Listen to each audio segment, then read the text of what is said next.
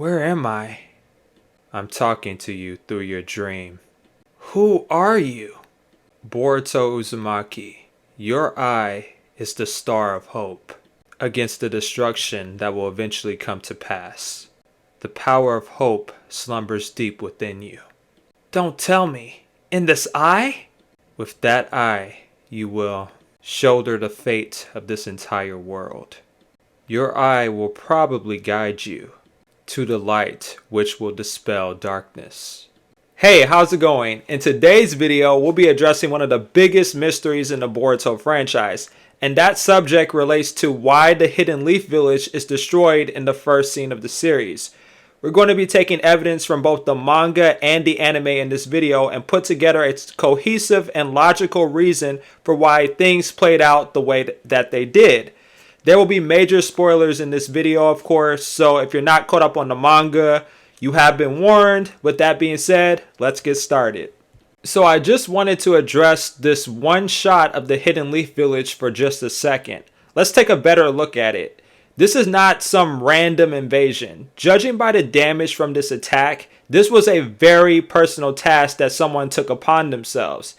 It's one thing to attack the Hidden Leaf Village, but it's a completely different matter to destroy the Hokage's faces. The way the faces are damaged, it almost looks completely intentional. Whoever did this wanted this place wiped off of the map. Even the city behind the Hokage monument is completely in shambles. There is also a lot of smoke, which indicates to me that this was a very recent occurrence as we see this scene in the first episode of the series. This isn't something that happened a while ago.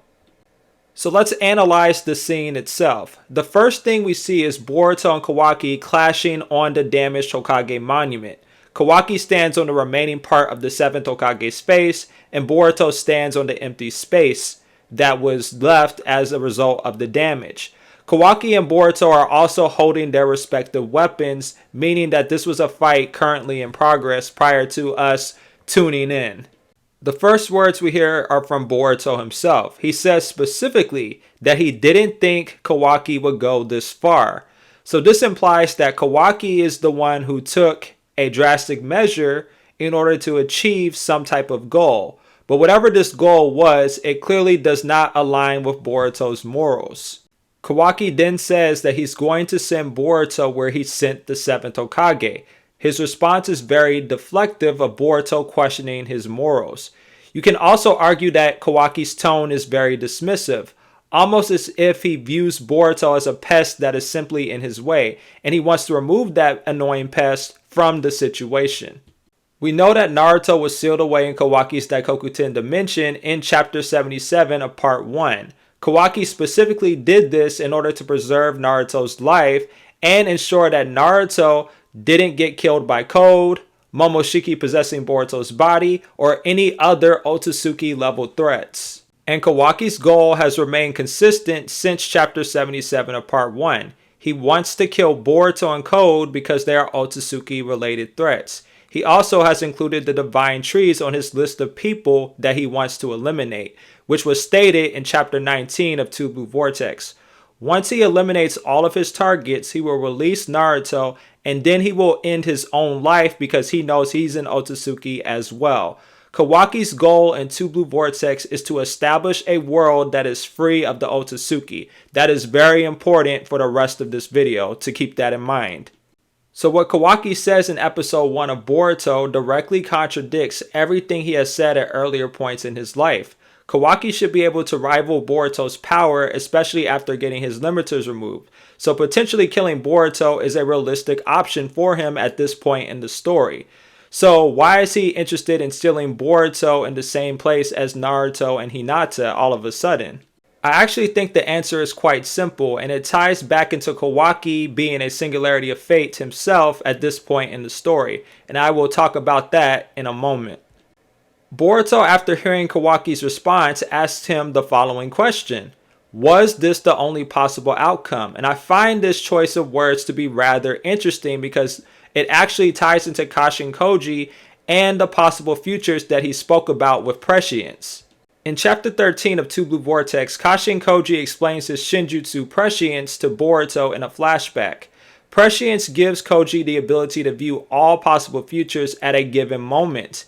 He also described the worst possible future at their point in history given the current circumstances.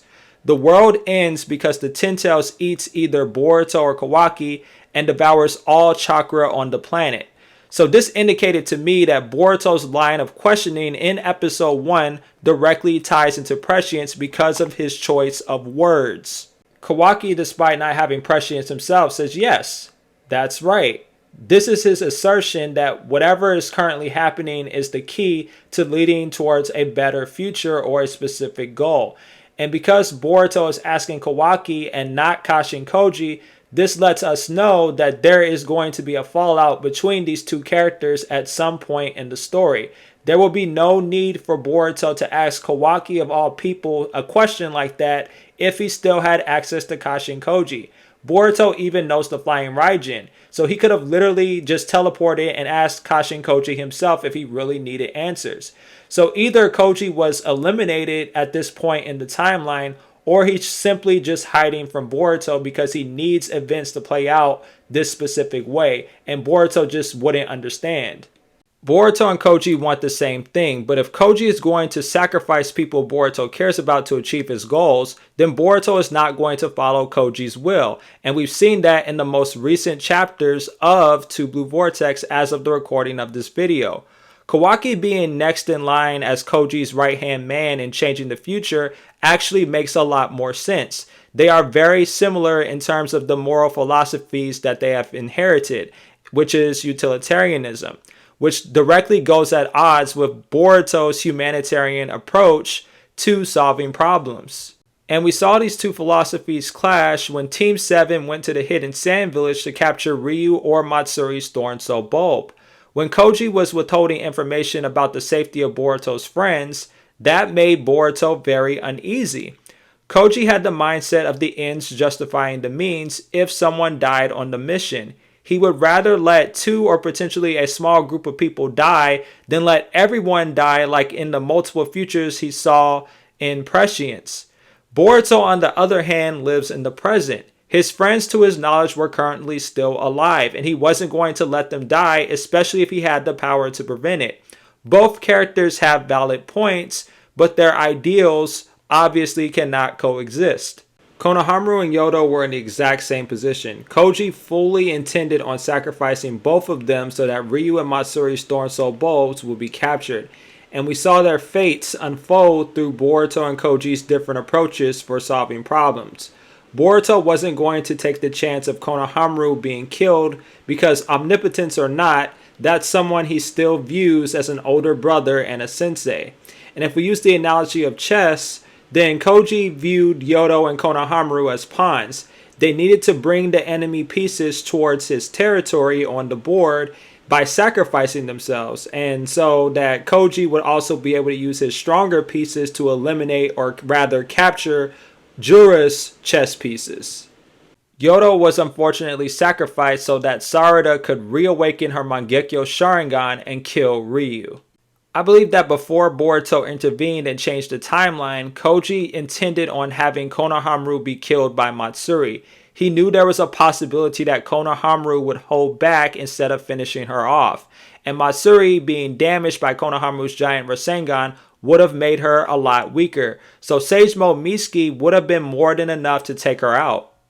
Kawaki deciding to seal Boruto away instead of killing him has to be a direct result of prescience.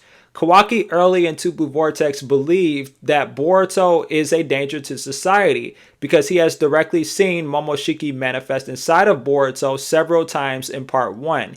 He also had no evidence to think otherwise. But if he's working alongside Kashin Koji, then prescience itself is that evidence. If Kawaki asked Koji to look into different possible futures to see if Momoshiki will return or not, and 99.9% of those futures don't show that, then Kawaki truly has no reason to kill Boruto anymore. Kawaki's change in clothing is also another indicator of prescience changing the course of his destiny. People behave differently once knowledge of the future is presented to them, and they will not act the same if they didn't know that knowledge in the first place. Kawaki then goes on to declare that the age of shinobi is over. His body language and choice of words express to me that this is something that he specifically wanted. Now, whether or not he worked alone is unclear, but we do know that Kawaki seems to be embracing this darker future, and he seems to be the primary reason for why this has happened. And even if he's not the primary person that's responsible for all of this destruction, the fact that he is not doing anything to assist in stopping this destruction proves that he is part of the problem. If you watch my other theory video titled "The Reason Kawaki Destroyed the Leaf Village," it puts things into more perspective for why Kawaki would potentially go this far. I recommend checking that out. I'm not going to go over a lot of those same points again, but just something for you guys if you're interested. So now that we've addressed potential leads on who could have possibly destroyed the Hidden Leaf Village, we have to address another major question. Why? Why does destroying the Hidden Leaf Village in the Boruto era make any sense at all? What is something positive that can be gained by sacrificing the shinobi system?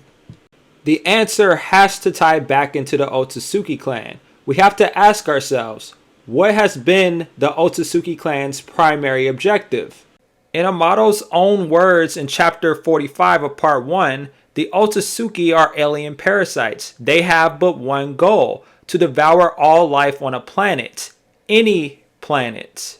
And the Otsutsuki do this by planting a divine tree into the ground. The tree grows to an enormous size, and as the tree continues to grow, the roots reach every single corner of the planet. And then once that occurs, the devour process will start. The tree will suck out all the chakra from living and dead organisms in the area. Once that occurs as well, the tree will then harvest a chakra fruit, which the Otsutsuki who planted the tree in the first place will eat of that chakra fruit in order to evolve.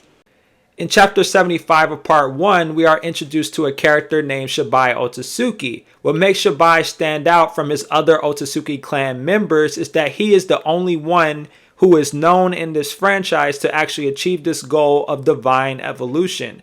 Shibai ate so many chakra fruits after several millennia that he was actually able to achieve what all the Otsutsuki want. He was able to achieve godhood, something that Ishiki's ghost appointed Code to complete as a life mission in chapter 55 of part 1. Obtaining divine evolution gives an Otsutsuki the ability to perform miracles, to turn nothing into something. The reason I think the Leaf Village will be destroyed is due to Kashin Koji's prescience. As major events play out in the present story, Koji will receive updates on different possible futures that could potentially manifest in the actual story. I think what Koji is going to see is that more Otsutsuki related threats are going to come and invade the planet, something beyond what the characters have already faced up until this point. And I believe Koji will see these new futures as a result of Jura's death. Jura's Thorn Soul bulb manifesting means that the timeline would change drastically. Jura's mirror existence is the reason why the worst possible future can potentially happen in the story, and with him gone, new possibilities will emerge. Jura is definitely not the final villain of the series, not even close. In chapter 13 of Two Blue Vortex, Koji talks to Boruto about the worst possible future, but notice how Koji also says, worst possible future right now. Hold on to those words. Right now. The Shinju haven't emerged yet at this point in the timeline. So this makes perfect sense on why this will be the worst possible future.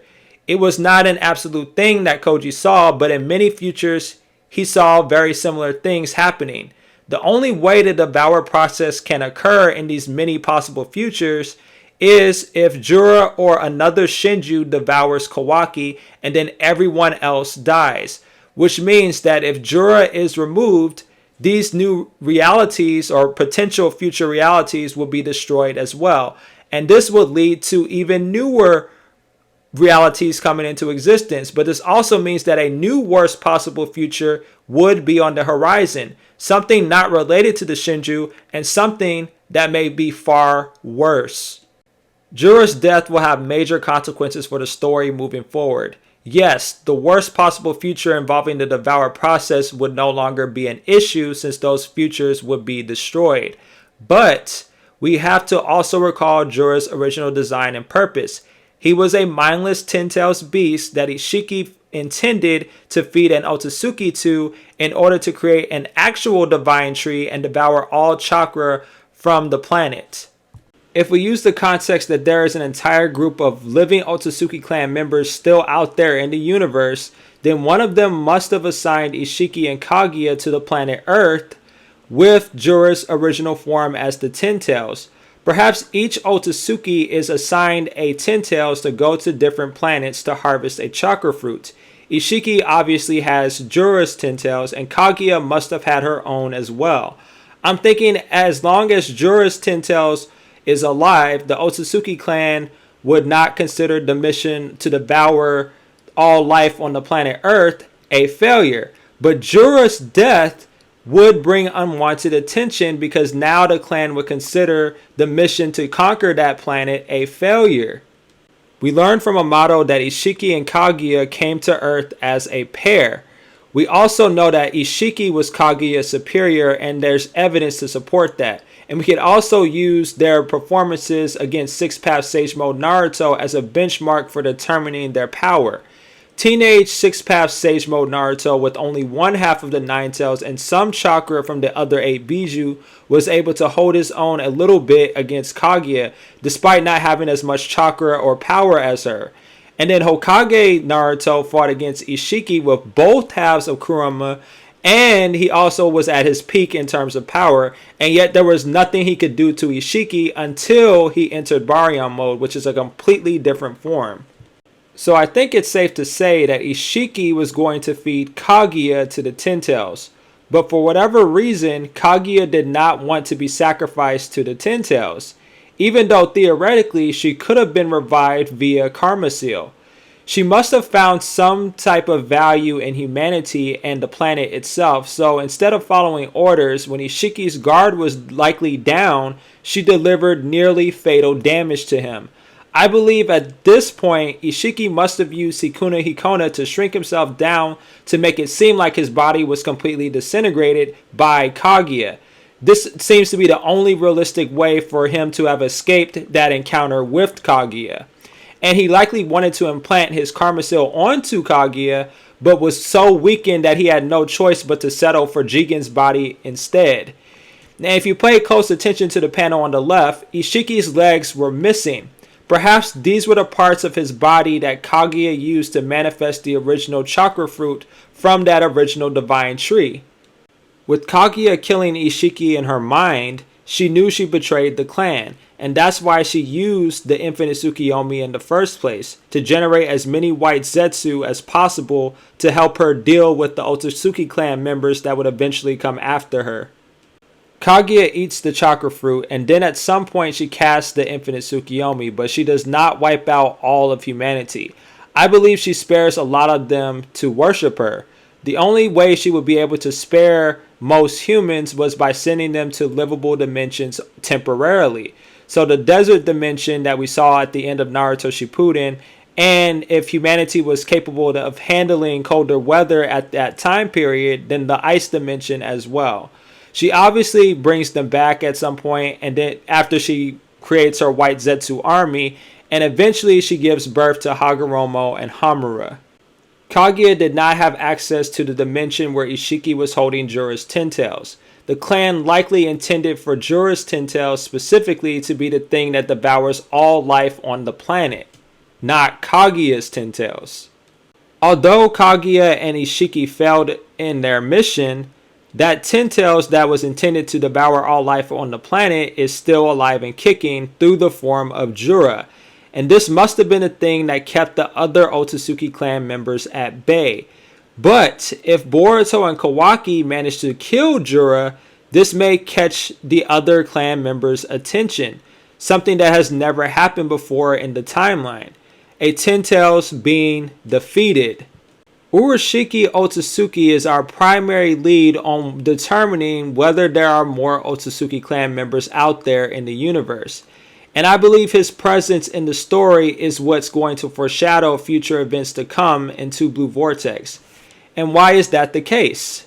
It has everything to do with his interaction with Toneri Otsutsuki in the anime.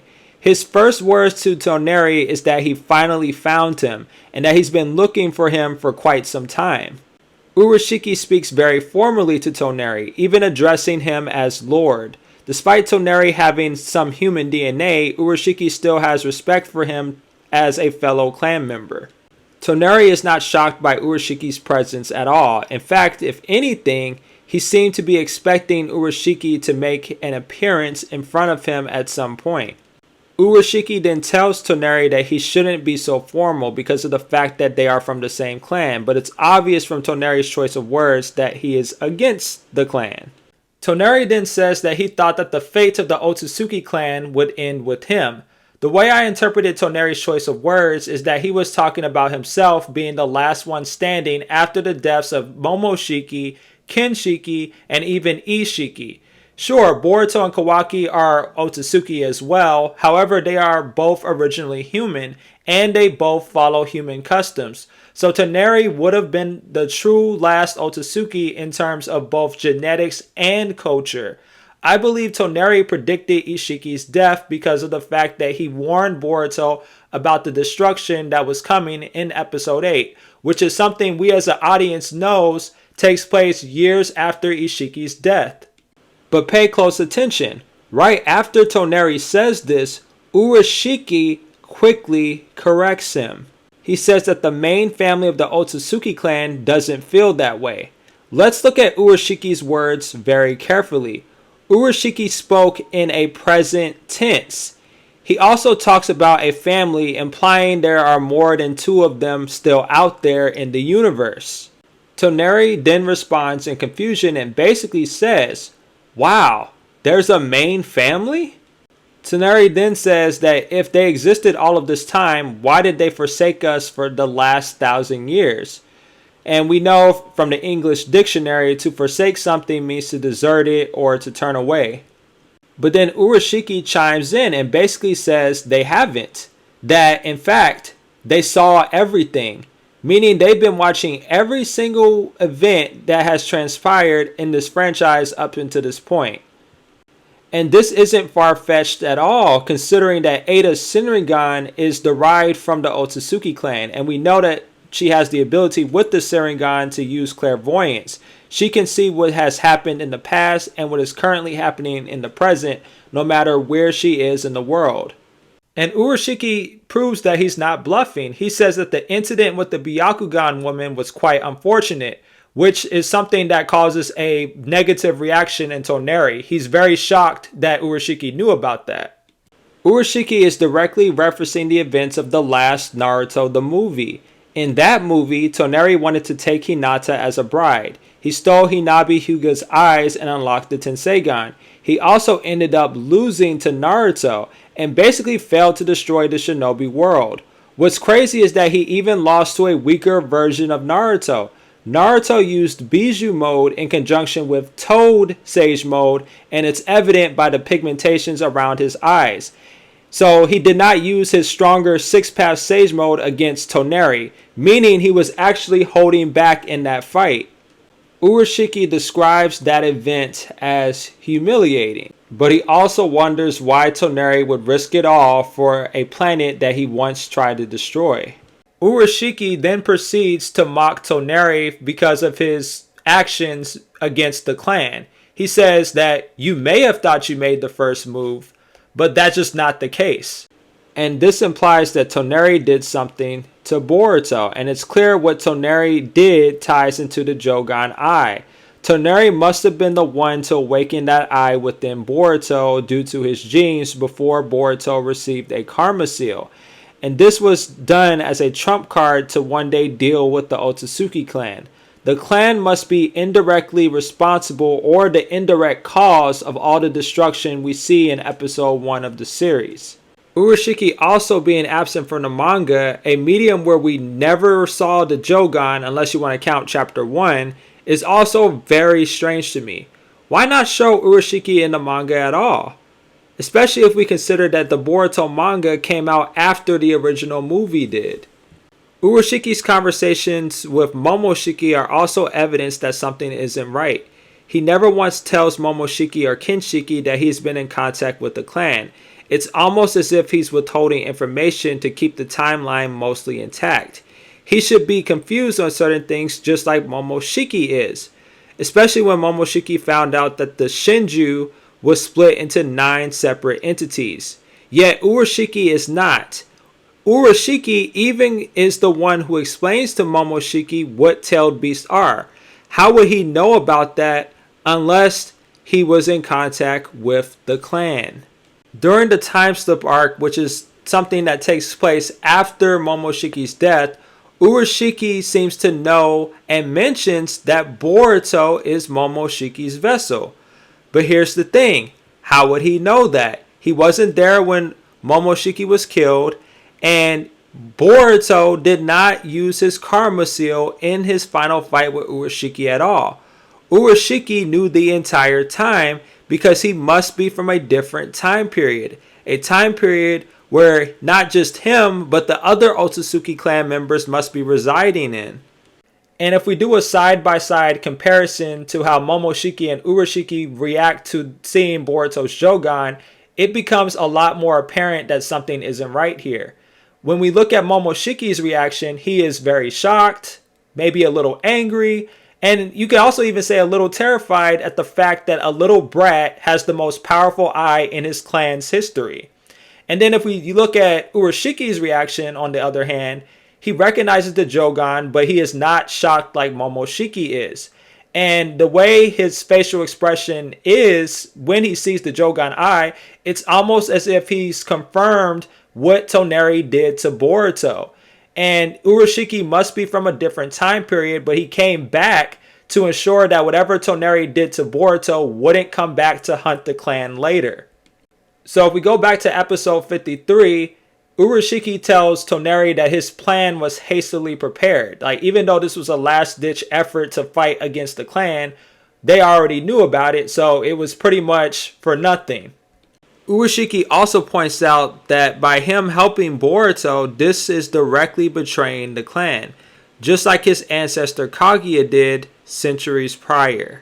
So Toneri knew at that point that it was either kill or be killed. There was no way both of these two were going to walk away from this incident unscathed, so he proceeds to attack Urashiki at that point in the episode. So instead of these two characters engaging in combat, Toneri ends up getting stunned by Urashiki. And Urashiki responds at that point with a phrase that is rather interesting to me. He says that he is not authorized to kill a member of the clan. So ask yourself this. If there were no other Otsutsuki still around, why would Urashiki care about such a trivial law? It wouldn't make sense. So Toneri is sealed into the Palace of Dragon King for the next 10,000 years as punishment instead of getting killed. And obviously this is done to prevent him from further helping Boruto. Whatever Toneri did in manipulating the timeline, the clan was obviously afraid of his influence, and it was to a point where they had to silence him. The anime made it very clear that Boruto awakened the Jougan as a result of Toneri intervening. Similar to Kashin Koji, Toneri was also tampering with time to ensure a better future. Boruto was Toneri's investment as well in protecting the planet from a great destruction that was coming. And I've watched every single appearance of Toneri in the Boruto anime. Toneri seems to have been using the stars and the alignment of the constellation to somehow see events transpire in both the past, present, and future. Toneri in the anime describes the destiny of the stars and that a harvest is drawing near. He said this in one of his first appearances in the Boruto anime. And if we look at the definition of a harvest, it means the gathering or collection of crops. Toneri appears to have collected something in this scene. He goes on to say that he confirmed that someone is the key to it all. I believe he's confirming that Boruto will be the one that ends up saving the planet from a great destruction. The next time we see Toneri, he ends up staring at the stars again, but he also sees in the distance some sort of eclipse. He goes on to exposit information for events that have already happened in the anime story at this point, despite not being there to witness those events for himself. Toneri knew that the dimension, or rather the portal that Nue opened up in the anime, was sealed. Toneri then describes the activity of the Jougan, that it won't appear for a while. However, the absence of the Jougan would only be temporary, which turned out to be true because Boruto went on to activate the Jougan 2 more times after this. In episode 34 of the series, there is a scene where Toneri sees a crack seemingly forming in reality right around him. Toneri quickly grabs hold of this crack in space and time and appears to have absorbed that information. And this appears to be something very similar to prescience.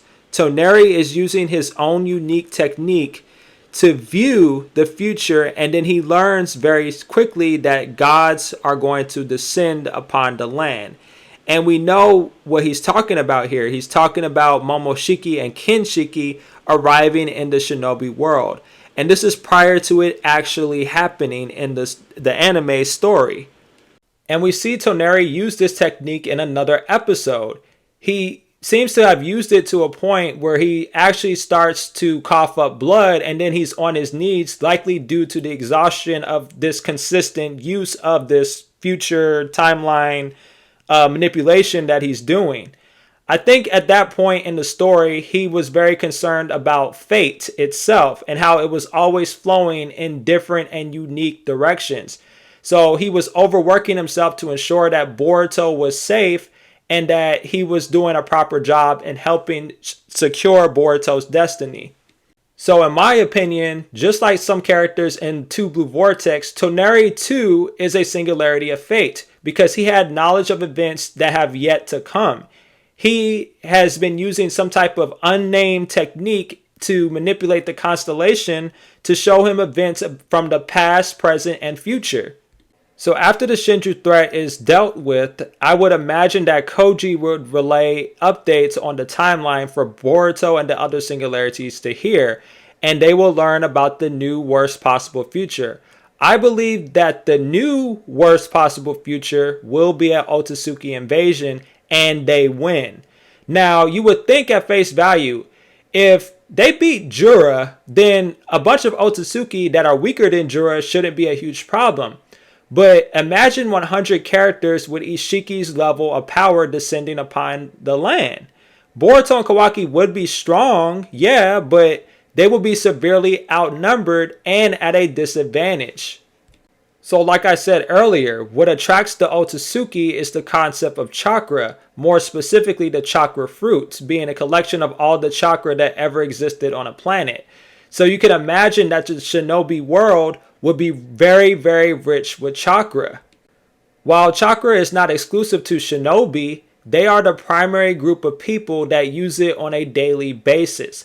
That's why chakra fruit is especially valuable from this particular planet because of the great or large abundance of chakra. So Kashin Koji being able to see infinite possibilities will see a way for humanity to survive against this new Otsutsuki threat. And I believe that's by eliminating chakra from shinobi. I believe Koji wants to sacrifice the shinobi system as a means of preventing the other Otsutsuki from bothering going to the planet. That doesn't mean necessarily there will be mass genocide. It means there must be a method of taking away chakra from individuals. That's why I believe Boruto and Kawaki are fighting in episode 1. Whatever this method is, it must be some type of shinjutsu. And I believe Delta will be the one that makes this a possibility. So Kawaki hearing this information from Kashin Koji would obviously make sure that a future like this, where shinobi don't exist anymore, comes into reality. As long as the world is rid of Otsutsuki threats and Naruto is safe, he could care less about the other repercussions. Boruto, on the other hand, would not stand for this because 1, he has the soul of a shinobi, and 2, sacrifice is not tolerated with the will of fire or humanitarianism. There was something interesting about how Boruto reacted to hearing Kawaki say that the age of shinobi is over. He doesn't say that, no, you're wrong, Kawaki, this is stupid, or that you're a disgusting monster, or anything like that. Instead, he puts on his headband like he's building up his resolve. I think at this point he's done with prescience. Sure, prescience is accurate, or potentially accurate, but he is going to decide his own fate. And it's a very quick moment. Like, it's literally a blink or you miss it moment. But Kawaki actually looks shocked that even after Boruto heard the news that this was the only way to save humanity through sacrifice, that Boruto still wants to fight him. Boruto stands tall and declares that he's still a shinobi, and he activates his Jougan in conjunction with his karma seal, which I don't believe is something that was accounted for by Koji's prescience, and here is why. And this is what makes chapter 23 of Two Blue Vortex so fascinating to me, because it proves that prescience is a predestined fate, something that many characters in the franchise have managed to overcome time and time again. Boruto was supposed to die against Jura in chapter 23. His Rasengan was useless, he couldn't charge a maximum output Rasengan Uzuhiko, and his weaker Uzuhiko didn't do anything to Jura either. And he was only delaying his death with his flying Raijin. Yet Kawaki showed up to save his life, which was never supposed to happen in the story, and yet it did. Singularities of fate have the most influence and power in this entire series. They are the ones who can bypass prescience. Even if Koji sees infinite futures, as long as other singularities are manipulating the timeline, there will always be new possibilities. That's why in chapter 16 of Two Blue Vortex, Koji said it wouldn't be a good idea for everyone to become a singularity. The nature of time would change drastically, and prescience will become virtually useless because singularities are unpredictable. What saved Boruto's life took place in chapter 15 of Two Blue Vortex. Boruto turned Kawaki into a singularity of fate because Kawaki was not supposed to get his limiters removed that early in the timeline. And even though it was likely off screen, Boruto told Kawaki about the Hidden Sand Village mission. Kawaki should have never known about that either because he wasn't there. That wasn't what Koji saw in those potential futures. So with Kawaki being there, events changed drastically. Koji even admits in the chapter that he never saw Kawaki's involvement in the Hidden Sand Village before, that everything he's seeing with prescience now is completely new to him. And this is why I believe we haven't seen Boruto's Jougan in Two Blue Vortex. Toneri giving Boruto the Jougan has a very similar dynamic to Boruto telling Kawaki how to get his limiters removed way earlier in the timeline in Two Blue Vortex chapter 15. Like I said earlier, singularities can bypass prescience. And once the singularity brings a new value inside of the existing equation, the end result completely changes. The Jougan will manifest again when the destruction that Toneri prophesied actually comes into the story. And Koji wouldn't see something like that until the events actually play out in real time. And only then will he get updates on new possible futures. He'll only see events prior to the singularity changing things.